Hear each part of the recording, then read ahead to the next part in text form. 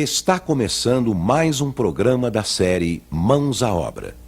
Esta série é composta de 30 programas. Hoje você vai assistir ao programa número 17, Mãos à Obra, o programa da construção.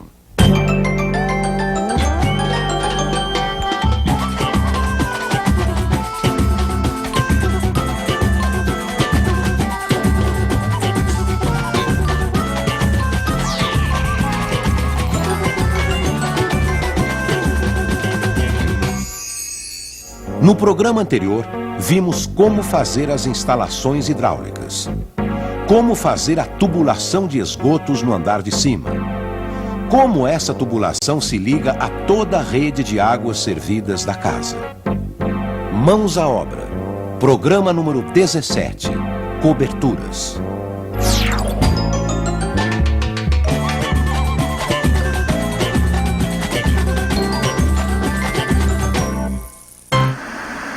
Piorou, Pedro!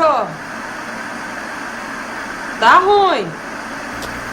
Tá chegando a hora da novela e nada das TV ficar boa. Tá melhorando, Pedro! Aí!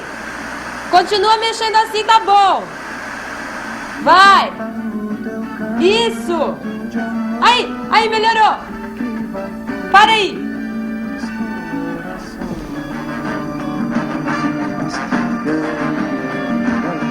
Ah, ficou bom, olha lá. Ficou melhor do que antes, tá mais bonita a imagem. Mas você me deixou agoniada, viu? Por que foi mexer na antena? Não, é que quando o técnico teve aí pra instalar a antena, ele esqueceu de vedar o buraco no telhado. Eu fui lá consertar. Já que eu tava lá perto, dei uma regulada na antena, olha lá, que beleza. Pensei que eu nunca mais ia ver minha novela. Grande coisa, vai, meu amor. É tudo a mesma coisa.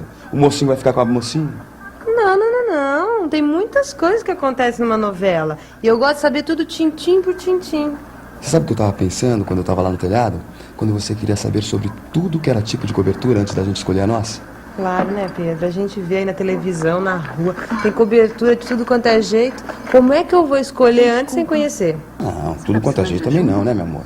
O engenheiro tava me explicando. Tem a cobertura horizontal, que é aquela que você deixa só a laje com hipermeabilizante. Ou senão você pode cobrir ela com aquelas telhas compridas, que são chamadas de canaletes estruturais. E tem as coberturas inclinadas, feitas com telhas como a nossa, certo? Só que naquela época, Pedrão, a gente não sabia construir nenhuma nem outra. Daí, como o seu Freitas gostava muito de explicar, eu fui lá perguntar. Pronto, não tem nenhuma novela nisso. Não, você deve estar se confundindo. Então, seu Freitas, eu quero fazer tudo direitinho, que é pra não ter problema de goteira nem chover dentro. E não é só chuva não, viu, dona Leila? A cobertura protege do vento, da entrada de insetos e animais e, muita gente esquece, do frio e do calor. A gente sabe como o sol esquenta aqui. Tem que pensar nisso, qualquer que seja a cobertura, inclinada ou horizontal. Aliás, a cobertura horizontal não pode ser completamente plana, porque aí a água da chuva não tem como escoar. Depois da laje pronta, é preciso aplicar uma argamassa para regularizar a superfície. Quer dizer, deixar toda por igual, sem altos e baixos, sem buracos. E tem que dar um caimento de pelo menos 1 centímetro por metro na direção do escoamento da água. Outro dia eu vi o pessoal lá no bairro passando piche em cima de uma laje. Poxa, o asfalto da rua durante o dia ele super esquenta. Essa laje não vai esquentar, não? Ou se vai, Pedro. Imagina, aquele povo vai ficar tudo esquentando dentro de casa. Não vai aguentar o calor, não. Agora, cor clara, sim. Cor clara reflete a luz do sol e por isso não guarda o calor. Fica muito mais fresco. Você não vê minhas freguesas? Chega a época do verão, elas querem tudo roupa branca, cor clara. Imagina que elas vão querer roupa preta. Não é, seu Pedro? Cor escura esquenta demais. Certo. É por isso que a gente costuma dar um acabamento de cor clara na cobertura. E de tempo em tempo precisa lavar ou pintar de novo, por causa da poluição e da poeira, para ela não ficar escura. Agora, seu Freitas, com o telhado, se tiver uma cobertura no forro, isso vai ajudar a isolar a temperatura de dentro de casa da temperatura de fora, né? É. E sabe por quê? Se você tem o forro e o telhado, a camada de ar que fica entre os dois deixa a casa mais fresca, protegida do calorão de fora. Mas o certo mesmo é fazer um sistema de ventilação assim, ó.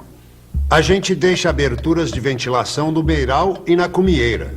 O ar quente é mais leve e sempre vai para cima. Então, o que acontece? O ar que entra faz uma corrente. O ar mais fresco fica e o ar mais quente vai embora. Como se fosse uma chaminé. Um ventilador natural, né, seu Freitas? Exatamente. E também pode colocar um material isolante em cima do forro, como lã de vidro. Ou materiais porosos como cortiça, isopor, concreto celular. Eles ajudam a deixar a casa sempre com uma temperatura bem gostosa. Casa gostosa, hein, Pedro? Viu só como foi bom a gente ter perguntado bastante, pensar direitinho na hora de fazer, assim. Agora a nossa casa ficou fresquinha, gostosa. Final feliz. Nós ficamos juntos pra sempre. Mas foram muitos e muitos capítulos. Lembra quando a gente queria saber como é que fazia a cobertura horizontal? Claro que eu lembro. E a gente aprendeu que tem várias formas de fazer essa cobertura horizontal. Você pode fazer a laje na própria obra ou comprar pronta, pré-fabricada. Mas tem sempre que tomar muito cuidado com detalhes como o lugar da caixa d'água, a antena de TV e com a passagem das tubulações. Depois de pronto, fica difícil mudar. E na impermeabilização, o melhor é comprar produtos de qualidade. De cor clara fica ótimo. Tem gente que prefere aplicar a manta com borracha sintética. Mas de qualquer forma, qualquer que seja o material, é preciso proteger o impermeabilizante e a laje do sol, com tijolos furados, argila expandida ou terra e grama. São soluções baratas e fica muito bom. Outra solução é pôr uma camada de isopor de 2,5 cm e tijolos furados em cima para segurar. Esse material não apodrece e protege muito bem o impermeabilizante. Outra coisa importante, a borda do material impermeabilizante tem que ficar bem protegida, que é para a água não entrar por trás dele. É. A extremidade da laje tem que terminar com uma testeira de concreto. A testeira tem que ter uns 25 ou 30 centímetros de altura e a borda do impermeabilizante tem que ficar embaixo dela. Assim, a água não consegue penetrar por trás do impermeabilizante. Uma pingadeira na parte de cima impede que a água corra para dentro. E embaixo da testeira, uma outra pingadeira evita que a água fique correndo embaixo da laje. Um detalhezinho de nada, né? Mas você vê como é importante? Por isso é que eu digo, a Leila tem razão.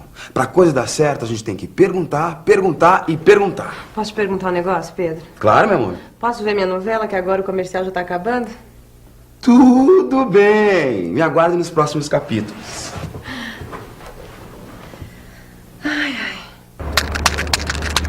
A laje quando ela é feita para ser usada como telhado, ela precisa ser bem feita e bem lisa e tendo já as formas de escoação de água, né? Porque se a água parar, ela vai dar goteira. E também o calor, que é muito excessivo, porque quando o sol bate na laje, ele passa o calor e filtra o calor para dentro da casa, né? Para assim impedir umidades, a gente costuma usar os vedantes, né? Então, tem aqueles vedantes pretos que a gente passa na laje. Ele segura bastante a água e veda também bastante a umidade. Ela tem que ter um bom caimento, ela tem que ser medida, tem que fazer nível, tudo certinho. E ela tem que passar, a cobertura ela tem que passar da parede da casa.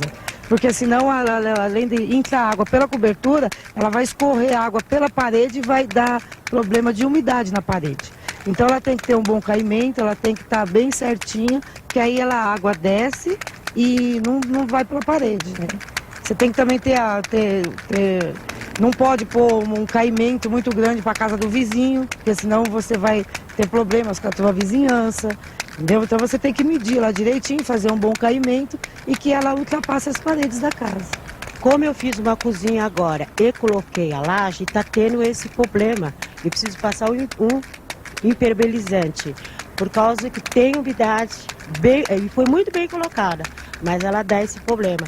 Então eu sinto que eu tenho que fazer, tenho que passar esse negócio para vedar, bem vedadinho, porque está dando umidade e goteira.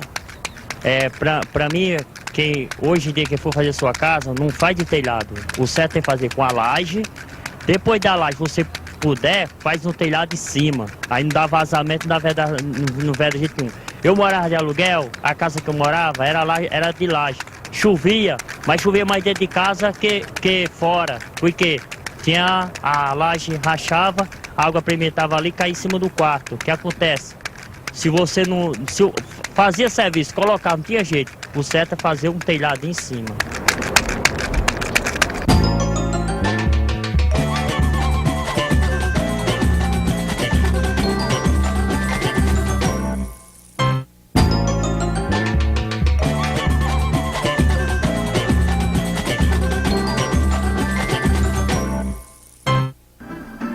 Olha o cafezinho. Ai, obrigada, Pedrão. Tá bom seu café, viu? Gostou? É, ainda bem, né? Você é toda exigente. Sou mesmo. Não me escapa nada. Lembra quando aquele seu amigo falou pra você como se constrói coberturas com canaletes estruturais? Não pensei duas vezes. Fui logo perguntando pro seu Freitas como é que fazia isso. Os canaletes estruturais são feitos de fibrocimento e são muito interessantes porque o comprimento varia bastante. Tem de 3 metros até 9 metros e 20 centímetros. É uma telha que pode trazer economia porque pode cobrir toda a largura da laje, mas sempre com caimento de 1 centímetro por metro. Essas telhas têm que ser apoiadas e parafusadas em vigas de peroba, ancoradas nas cintas de amarração da parede ou nos pilaretes, para não serem arrancadas pelo vento. Para fechar a frente das telhas, existem umas peças especiais em plástico, que é para deixar uma boa ventilação. E como em qualquer telhado, nos pontos onde as telhas encostam na parede são colocados os rufos e contrarrufos. É bom que ela é cinza clarinho, não precisa nem pintar. É, mas com a poeira e a poluição ela vai ficando escura. Aí pode subir em cima, com cuidado, é claro, e lavar com vassoura e sabão. Ou então pintar com qualquer tinta látex acrílica. Fica muito bom. Puxa, agora a gente já pode até comparar as várias opções de cobertura e escolher aquela que fica melhor no nosso projeto. É isso. Pensa nos vários materiais, fala com seu Pedro e escolham. Qualquer coisa, se for uma questão de preço, eu culpo qualquer oferta. Ah, muito obrigada, seu Freitas. Vou falar com o Pedrão e a gente volta logo, logo. Depois de pesquisar bastante, a gente resolveu fazer uma cobertura inclinada. Um telhado em 2 águas. Os telhados podem ter uma água, 2 águas ou 4 águas, de acordo com o número de planos inclinados que formam o telhado e distribuem a água da chuva. No nosso caso, o primeiro passo foi escolher a telha que a gente ia colocar. E aí, seu Freitas deu aquela força, né? As telhas podem ser dos mais diversos tipos de materiais. Em outros países é até comum encontrar telhas de madeira, cobre ou chumbo. Mas aqui o mais comum são as telhas cerâmicas e de fibrocimento, não é? É. Pelo menos é o que mais se vê. Ah, é? A telha cerâmica é a mais antiga cobertura que se conhece. Temos 2 tipos mais comuns. A canal e esta francesa. E as telhas de metal, seu Freitas? Em geral, elas são fabricadas em alumínio, com comprimentos bastante grandes. Uma das telhas mais usadas é a telha de fibrocimento, como esta aqui. Fabricadas com diversas formas e para diversas aplicações, além de uma grande variedade de peças complementares. E elas podem ser usadas com as telhas de fibra de vidro ou de plástico, que têm ondulações do mesmo tamanho. Elas são transparentes ou translúcidas e deixam iluminar o local onde elas cobrem. No nosso projeto, acho melhor usar de fibrocimento. Sem dúvida é a mais indicada por causa de vocês. Principalmente esta, de 6 milímetros de espessura e que é mais barata. Não tem necessidade de ser mais grossa. E quantas telhas dessas eu vou precisar, hein, seu Freitas? Bom, a primeira coisa a levar em conta é a altura da caixa d'água, que no caso de vocês vai ter 1,30 m. O telhado tem 11 metros de comprimento dividido em 2 águas. A casa tem 3,5 metros de largura. Então vamos fazer o telhado com 4 metros de largura para ficar um pequeno beiral que protege mais as paredes da chuva e do sol. Se a cumieira tem 1,5 m de altura para acomodar a caixa d'água e o telhado tem uma inclinação de 26%, cada fiada vai ter 3 telhas.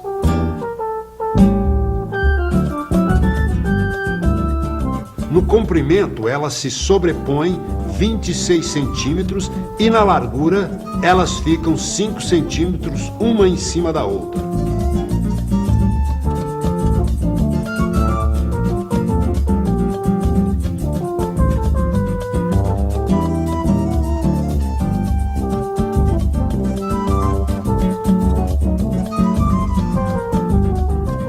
Pelos meus cálculos, vocês vão precisar de 24 telhas, além das peças da cumieira, parafusos e vedação elástica. E sem contar as madeiras para fazer as estruturas do telhado. É verdade, mas com telhas de fibrocimento se faz uma grande economia no madeiramento. As madeiras têm nomes e medidas que variam muito pouco de um lugar para outro do Brasil. Os mais comuns são as vigas, o caibro, a ripa e os sarrafos de peroba, e as tábuas e os pontaletes de pinho.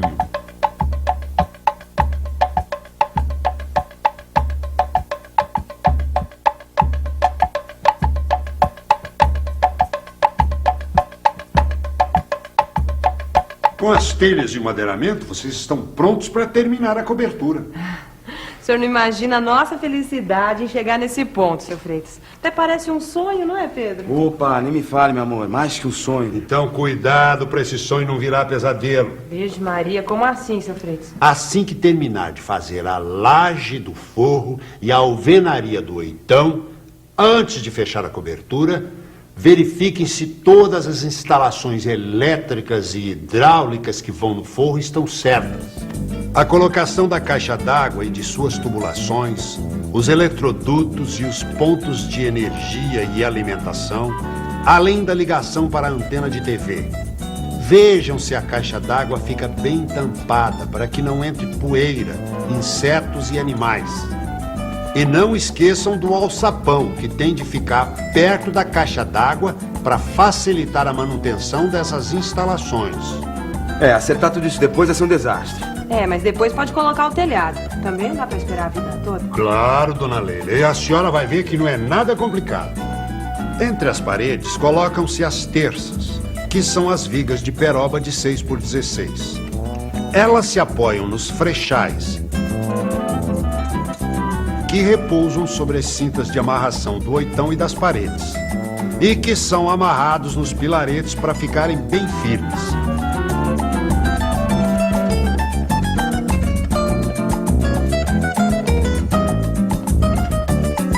As telhas podem ser parafusadas nas terças com parafusos especiais que vedam os furos feitos para parafusar.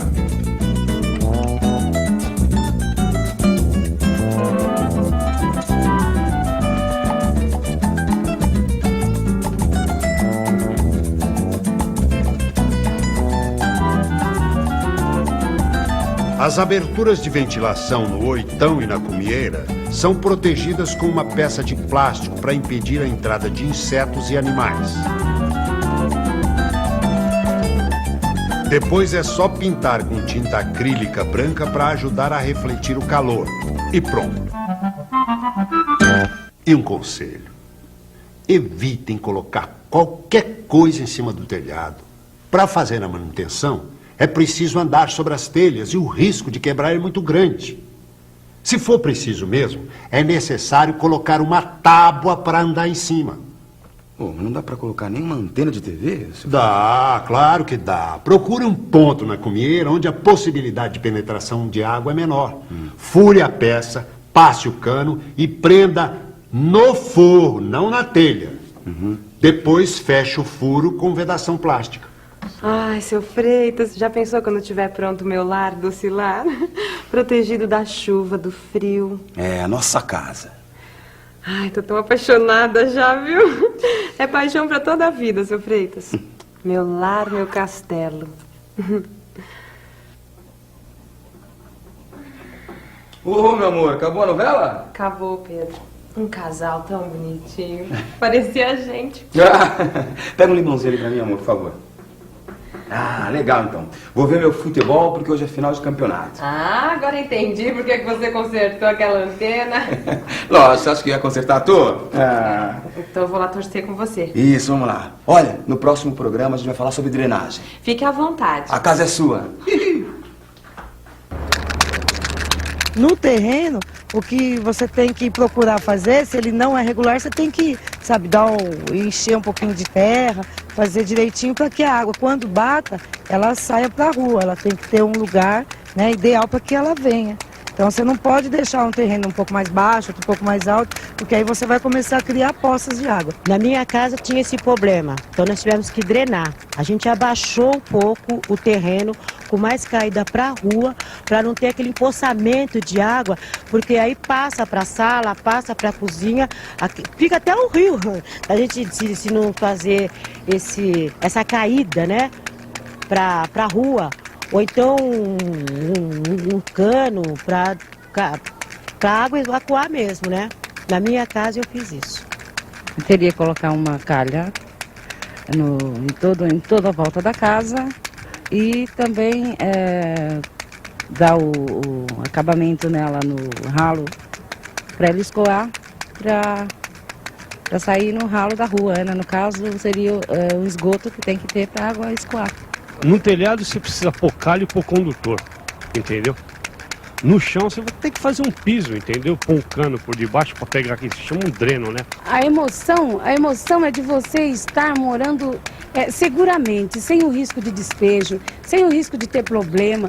Você pode ter muitos problemas na sua vida, mas você vai ter sempre um teto em cima da sua cabeça. E isso é muito importante. Você pode ter problema, pode estar desempregado, mas você tem um lugar para voltar no fim da tarde quando você vai procurar emprego. Porque você tem o seu lar e a certeza da sua família estar agasalhada debaixo de um teto e dentro de uma casa. Isso é muito importante. E é muito emocionante também. No programa de hoje, vimos os vários tipos de coberturas. Cobertura horizontal com impermeabilização da laje. Como cobrir a casa com canaletes. Como fazer uma cobertura inclinada com a utilização de telha de fibrocimento. O que fazer para evitar o acúmulo de calor na laje e no telhado. Qualquer construção ou reforma exige a participação de um profissional habilitado responsável pelo projeto e pela execução da obra. Procure a Prefeitura ou o CREA para obter mais informações a respeito.